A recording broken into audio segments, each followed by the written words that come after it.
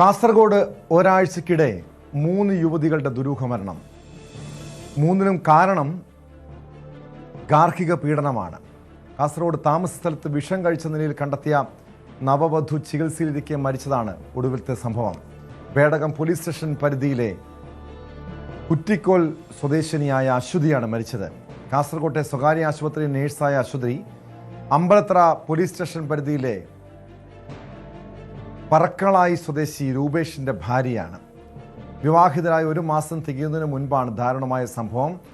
കേസിൽ Kasaragod town police അസ്വാഭാവിക മരണത്തിന് കേസെടുത്ത് അന്വേഷണം ആരംഭിച്ചു. വിവരങ്ങളുമായി KV ബൈജു ചേരുന്നുണ്ട് കാസർഗോഡ് നിന്ന്. ബൈജു, ഞാൻ നേരത്തെ സൂചിപ്പിച്ചതുപോലെ ഒരാഴ്ചക്കിടെ 3ാമത്തെ മരണമാണ്. അത് 3ഉം വിവാഹം കഴിഞ്ഞ് ഏതാനും നാളുകൾക്കിടെയാണ് യുവതികളുടെ മരണമുണ്ടാകുന്നത്. കഴിഞ്ഞ ആഴ്ച ഭർത്തൃ വീട്ടുകാരുടെ മുന്നിൽ വെച്ചാണ് ഒരു യുവതി ആസിഡ് കഴിച്ച് മരിച്ചതെങ്കിൽ ഇവിടെ താമസസ്ഥലത്ത് വെച്ച് വിഷം കഴിച്ച് മരിക്കുന്നു. അതും ഇഷ്ടപ്പെട്ട് പ്രണയിച്ച് വിവാഹം കഴിച്ചവർ, ഉറ്റ രക്തബന്ധമുള്ളവർ, അവർ പിന്നീട് പ്രണയത്തിലാകുന്നു. വീട്ടുകാരുടെ എതിർപ്പൊക്കെ മറികടന്ന് വിവാഹം കഴിക്കുന്നു. 1 മാസം തികയുന്നതിന് മുൻപ് യുവതിയുടെ മരണം. എന്താണ് അതിന് കാരണമായി പോലീസിന്റെ നിഗമനം എന്താണ്?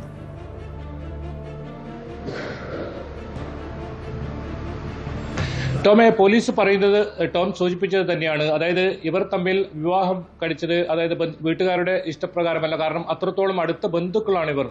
ഉറ്റ ബന്ധുക്കൾ തമ്മിൽ വിവാഹം കഴിക്കുന്നു. അങ്ങനെ വീട്ടുകാരുടെ ഇഷ്ടമില്ലാതെയാണ് ഇവർ വിവാഹം നടത്തുന്നത്. അതായത് 4ാം തീയതിയാണ് ഇവരുടെ വിവാഹം നടക്കുന്നത്. 18ാം തീയതി ഇത്തരത്തിൽ അശ്വതി വിഷം കഴിക്കുന്നു. അതായത് കാസർകോട്ടെ ഒരു സ്വകാര്യ ആശുപത്രിയിലെ നഴ്സ് ആയ അശ്വതി അവിടെ ഉള്ള മുറിയിൽ നിന്നാണ് ഇങ്ങനെ വിഷം കഴിക്കുന്നത്. പിന്നീട് കാസർകോട്ടെ ഒരു സ്വകാര്യ ആശുപത്രിയിൽ പ്രവേശിപ്പിക്കുകയും നില ഗുരുതരമായതിനെ തുടർന്ന് പരിയാരം മെഡിക്കൽ കോളേജ് ആശുപത്രിയിൽ 22ാം തീയതിയാണ് അവിടെ പ്രവേശിപ്പിക്കുന്നത്. ഇന്നലെ അർദ്ധരാത്രിയോട് കൂടിയാണ് അശ്വതി മരണപ്പെടുന്നത്. എന്നാലും ഈ കേസിൽ പോലീസ് പറയുന്നത് ഏതെങ്കിലും തരത്തിലുള്ള ഒരു നിഗമനത്തിലേക്ക് പോലീസ് എത്തിയിട്ടില്ല. അതേസമയം തന്നെ രഹസ്യമൊഴി, അതായത് ഈ ചികിത്സയിലിരിക്കെ ഈ യുവതിയുടെ രഹസ്യമൊഴി രേഖപ്പെടുത്തിയിട്ടുണ്ട്. അതിൽ നിർണായക വിവരങ്ങളുണ്ടെന്നാണ് പോലീസ് പറയുന്നത്. പക്ഷേ അതിപ്പോൾ പുറത്തുവിട്ടിട്ടില്ല. കാരണം ഇതിൽ പോസ്റ്റ്മോർട്ടം റിപ്പോർട്ട് കൂടി ഇനി പുറത്തു വരാനുണ്ട്. അങ്ങനെ മാത്രമേ ഒരു അന്തിമ നിഗമനത്തിലേക്ക് പോലീസ് എത്തൂ. ഏതായാലും ഈ രൂപേഷ് എന്ന് പറയുന്ന പറക്കളായി സ്വദേശിയായ രൂപേഷുമായി ഇവരുടെ വിവാഹം നടന്ന് 3 ആഴ്ച പിന്നിടുന്നതിന് മുമ്പാണ് ഇങ്ങനൊരു ദാരുണമായ സംഭവം. അതിന്റെ ഞെട്ടലിലാണ് ഇവരുടെ ബന്ധുക്കളും എല്ലാം ഉള്ളത് എന്ന് പറയേണ്ടി വരും. മറ്റൊരു പ്രധാനപ്പെട്ട കാര്യം ടോം തുടക്കത്തിൽ സൂചിപ്പിച്ചതാണ്, ഈ ഒരാഴ്ച മാത്രം 3 ഭർത്തൃമതികളാണ് ഇത്തരത്തിൽ ആത്മഹത്യ ചെയ്യുന്ന സാഹചര്യം ഉണ്ടായിരുന്നത്. അതിൽ ഏറ്റവും അവസാനമായി സമീറ എന്ന് പറയുന്ന ആദൂർ പോലീസ് സ്റ്റേഷൻ പരിധിയിലെ 27 വയസ്സുകാരിയാണ് ഭർത്തൃ വീട്ടിൽ തൂങ്ങി മരിക്കുന്ന സാഹചര്യം ഉണ്ടായിരുന്നത്. ആ കേസിൽ ഭർത്താവിനെതിരെയും അതുപോലെ തന്നെ ഭർത്തൃമാതാവിനെതിരെയും പോലീസ് കേസെടുത്തിട്ടുണ്ട്. സ്ത്രീധനം ആവശ്യപ്പെട്ടും മറ്റും നിരന്തരം പീഡിപ്പിക്കുന്ന ഒരു സാഹചര്യമാണ് മറ്റേ 1ാമത്തെ കേസിലുള്ളത്.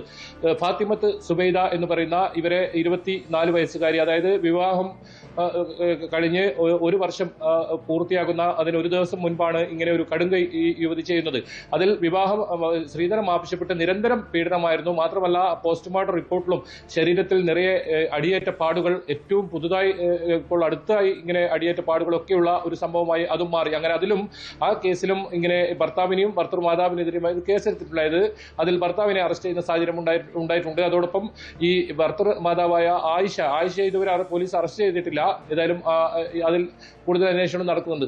ഇങ്ങനെ 3 ഭർത്തൃമതികളാണ് ഇങ്ങനെ മരിക്കുന്ന സാഹചര്യം ഉണ്ടായത്. അതിൽ ഏറ്റവും ഒടുവിലെത്തതാണ് ഇപ്പോൾ നവവധുവായ അശ്വതി എന്ന് പറയുന്ന ബേത്തൂർപ്പാറ വട്ടംതട്ടയിലെ ഈ ഒരു യുവതി ഇങ്ങനെ ഒരു ജീവനൊടുക്കിയത്.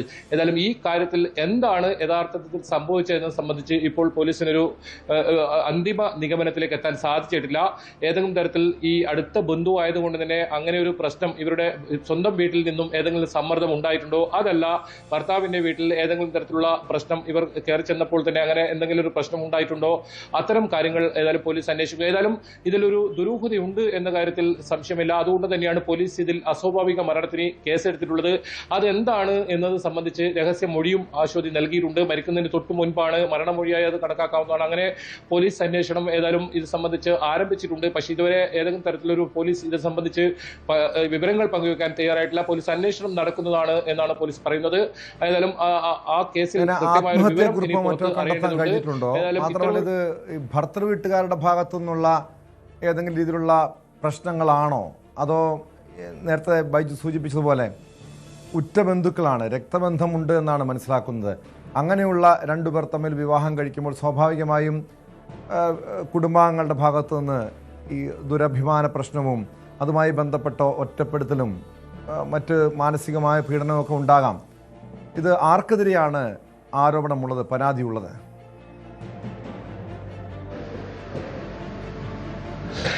ടോമെ, പോലീസുമായി സംസാരിച്ചപ്പോൾ നമുക്ക് മനസ്സിലാക്കാൻ സാധിക്കുന്നത് അങ്ങനെ ഒരു രീതിയിലേക്കാണ് ഈ കാര്യങ്ങൾ പോകുന്നതെന്നാണ്. അതായത് സ്വന്തം വീട്ടിൽ നിന്നും ഇവർ ഇഷ്ടപ്രകാരമല്ല ഇറങ്ങിപ്പോയി ഒരു വിവാഹം നടത്തുകയായിരുന്നു. അതുകൊണ്ട് തന്നെ ഈ ഒരു നേരത്തെ സൂചിപ്പിച്ചത് വളരെ പ്രധാന ഘടകമാണ്. അത്രത്തോളം അടുത്ത ബന്ധമാണ് ഇവർ തമ്മിൽ, ഈ ഒരു അശ്വതിയും അതുപോലെ തന്നെ രൂപേഷും തമ്മിൽ വലിയ അടുത്ത ബന്ധമാണ് ഉള്ളത്. അതുകൊണ്ട് തന്നെ ഏതെങ്കിലും തരത്തിൽ വീട്ടുകാർക്ക് ഇത് അംഗീകരിക്കാൻ കഴിയുന്ന ഒരു ബന്ധമായിരുന്നില്ല. അതുകൊണ്ട് ആ രീതിയിൽ ഏതെങ്കിലും തരത്തിൽ സമ്മർദ്ദം നിരന്തരം ഉണ്ടായിട്ടുണ്ടോ എന്നതാണ് പോലീസ് സംശയിക്കുന്നത്. അതോടൊപ്പം ഈ ഭർത്തൃ വീട്ടിൽ കയറി ചെന്നപ്പോൾ തന്നെ ഏതെങ്കിലും തരത്തിൽ ഒരു മാനസിക സമ്മർദ്ദത്തിന് ഇടയാക്കുന്ന സാഹചര്യം ഉണ്ടായിട്ടുണ്ടോ എന്നതും പോലീസ് അന്വേഷിക്കുന്നുണ്ട്. അവിടെ കൂടുതൽ നാൾ ഈ ഭർത്തൃ വീട്ടിൽ ഉണ്ടായിട്ടില്ല എന്നാണ് നമ്മൾ മനസ്സിലാക്കുന്നത്. കാരണം ഇവരുടെ ജോലി കാസർഗോഡാണ്. കാസർഗോഡ് ഒരു സ്വകാര്യ ആശുപത്രിയിൽ നഴ്സാണ് ഇവർ. അതുകൊണ്ട് തന്നെ ഈ നഴ്സിംഗ് ജോലിയൊക്കെ ചെയ്യുമ്പോൾ ആ ആശുപത്രിയിൽ തന്നെ താമസിക്കേണ്ട സാഹചര്യം വരും. അങ്ങനെ അവിടെ ഉണ്ടായിരുന്ന ഹോസ്റ്റൽ മുറിയിൽ അവിടെയുള്ള ഇവർ താമസിക്കുന്ന സ്ഥലത്തെ ആണ് ഇങ്ങനെ എലിവിഷം കഴിച്ചാണ് ഇവർ ജീവനെടുക്കാൻ ശ്രമിച്ചത്. പിന്നീട് ആശുപത്രിയിൽ ഗുരുതരാവസ്ഥയിൽ പ്രവേശിപ്പിക്കുകയും ഇന്നലെ അർദ്ധരാത്രിയോടുകൂടി മരണപ്പെടുന്ന സാഹചര്യമുണ്ടായി. ഇതിൽ ഏറ്റവും പ്രധാനം ഈ ഭർത്തൃ വീട്ടുകാരെ കുറിച്ചും അന്വേഷിക്കുന്നുണ്ട്. ഭർത്താവ് രൂപേഷിന്റെ ഭാഗത്ത് നിന്ന് എന്തെങ്കിലും പ്രശ്നങ്ങൾ ഉണ്ടായിട്ടുണ്ടോ എന്ന് സംബന്ധിച്ച് പോലീസ് അന്വേഷിക്കുന്നുണ്ട്. അതോടൊപ്പം സ്വന്തം കുടുംബത്തിൽ നിന്നും ഏതെങ്കിലും തരത്തിലുള്ള ഒരു മാനസിക സമ്മർദ്ദം ഈ അശ്വതി നേരിട്ടിട്ടുണ്ടോ എന്നതാണ് പ്രധാനമായും അന്വേഷിക്കുന്നത്. ഏതായാലും അതിലൊരു അന്തിമ തീരുമാനം വരണമെങ്കിൽ പോസ്റ്റ്മോർട്ടം റിപ്പോർട്ട് കൂടി പുറത്തു വന്നാൽ മാത്രമേ അതിൽ പോലീസ് ഒരു വ്യക്തത വരുത്തൂ. മാത്രമല്ല കൂടുതൽ പേരുടെ മൊഴി ഇതിൽ രേഖപ്പെടുത്താറുണ്ട്. അത്തരം മൊഴി രേഖപ്പെടുത്തുന്ന കാര്യങ്ങൾ ഇപ്പോൾ നടക്കുന്നതേയുള്ളൂ. ഇപ്പോൾ അല്പസമയം മുമ്പാണ് പോസ്റ്റ്മോർട്ടം നടപടികൾ പൂർത്തിയാക്കി മൃതദേഹം ബന്ധുക്കൾക്ക് വിട്ടു നൽകിയത്. സംസ്കാര ചടങ്ങുകളും മറ്റും നടക്കുന്നതുകൊണ്ട് തന്നെ ബന്ധുക്കളെ, സ്വന്തം കുടുംബക്കാരെ ഇപ്പോൾ മൊഴി രേഖപ്പെടുത്താൻ പോലീസിന് സാധിച്ചിട്ടില്ല. ഒരു പക്ഷേ ഇന്നോ അല്ലെങ്കിൽ ഇന്നൊരു വൈകിട്ടോ അല്ലെങ്കിൽ നാളെയോ ആയിരിക്കും അത്തരം നടപടികളിലേക്ക് പോലീസ് കടക്കും. അതിലായിരിക്കും ഈ മൊഴി നിർണായകമാണ്. ഇവരുടെ സ്വന്തം വീട്ടിൽ നിന്ന് ലഭിക്കുന്ന മൊഴി അനുസരിച്ചായിരിക്കും പോലീസിന്റെ മറ്റ് നടപടികൾ. അതിൽ കൃത്യമായി ഈ മരണമൊഴി കൂടി ഉള്ളത് കൊണ്ട് തന്നെ, അല്ലെങ്കിൽ ഇതിന്റെ പോലീസ് ആ രീതിയിൽ ഒരു അന്വേഷണം നടത്തുന്നുണ്ടോ? എന്താണ് സംഭവിച്ചത്? ഈ അശ്വതിയെ സംബന്ധിച്ച് സ്വന്തം വീട്ടിൽ നിന്നോ അല്ലെങ്കിൽ ഭർത്താവിൻ്റെ വീട്ടിൽ നിന്നോ ഇത്തരം മാനസികമായ പീഡനങ്ങൾ ഉണ്ടായിരുന്നോ? ഇതുമായി ബന്ധപ്പെട്ട് നാട്ടുകാർക്ക് എന്തെങ്കിലും അറിവുണ്ടോ? അതല്ലെങ്കിൽ ഇവരുടെ സുഹൃത്തുക്കൾക്ക് ഈ മരണവുമായി ബന്ധപ്പെട്ട എന്തെങ്കിലും അറിവുണ്ടോ?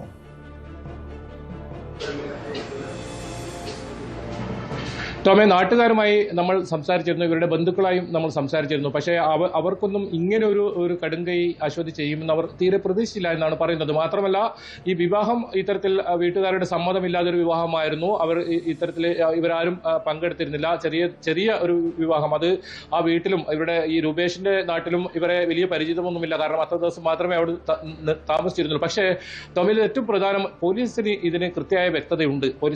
കൃത്യമായ വ്യക്തതയുണ്ടെന്ന് പറയാൻ കാരണം നേരത്തെ സൂചിപ്പിച്ചത് തന്നെയാണ്. ഇതിൽ മരണമൊഴി പോലീസ് രേഖപ്പെടുത്തിയതുകൊണ്ട് തന്നെ എന്താണ് സംഭവിച്ചത്, അശ്വതിക്ക് സംഭവിച്ചതെന്ന കാര്യത്തിൽ പോലീസിന് കൃത്യമായ വ്യക്തതയുണ്ട്. പക്ഷേ ഇപ്പോൾ അത് പോലീസ് പങ്കുവെക്കാൻ തയ്യാറല്ല. കാരണം ഒരു പക്ഷേ ആ മരണമൊഴി പ്രകാരം, ഈ രഹസ്യമൊഴി പ്രകാരം ആളുകളെ ഒരു പക്ഷേ ചോദ്യം ചെയ്യേണ്ടതുണ്ട്, അവരിലേക്ക് അന്വേഷണം എത്തേണ്ടതുണ്ട്. അതുകൊണ്ടായിരിക്കും പോലീസ് ഇപ്പോൾ അത്തരം വിവരങ്ങൾ പങ്കുവെക്കാതെ. ഏതായാലും ഈ ഒരു മരണത്തിൽ ദുരൂഹത ഉണ്ട് എന്ന് തന്നെയാണ് പോലീസ് വ്യക്തമാക്കുന്നത്. അങ്ങനെയാണെങ്കിൽ അത് ഇനി ഏത് ഭാഗത്ത് നിന്നാണ് എന്നാണ് ഇനി പുറത്തു വരേണ്ടത്. അത് പോലീസ് കൃത്യമായ അന്വേഷണം നടത്തി ഒരു പക്ഷേ അറസ്റ്റ് ഉൾപ്പെടെയുള്ള, അങ്ങനെ ഉണ്ടെങ്കിൽ അറസ്റ്റ് ഉൾപ്പെടെയുള്ള നടപടികളിലേക്ക് പോലീസ് കടന്നേക്കാം.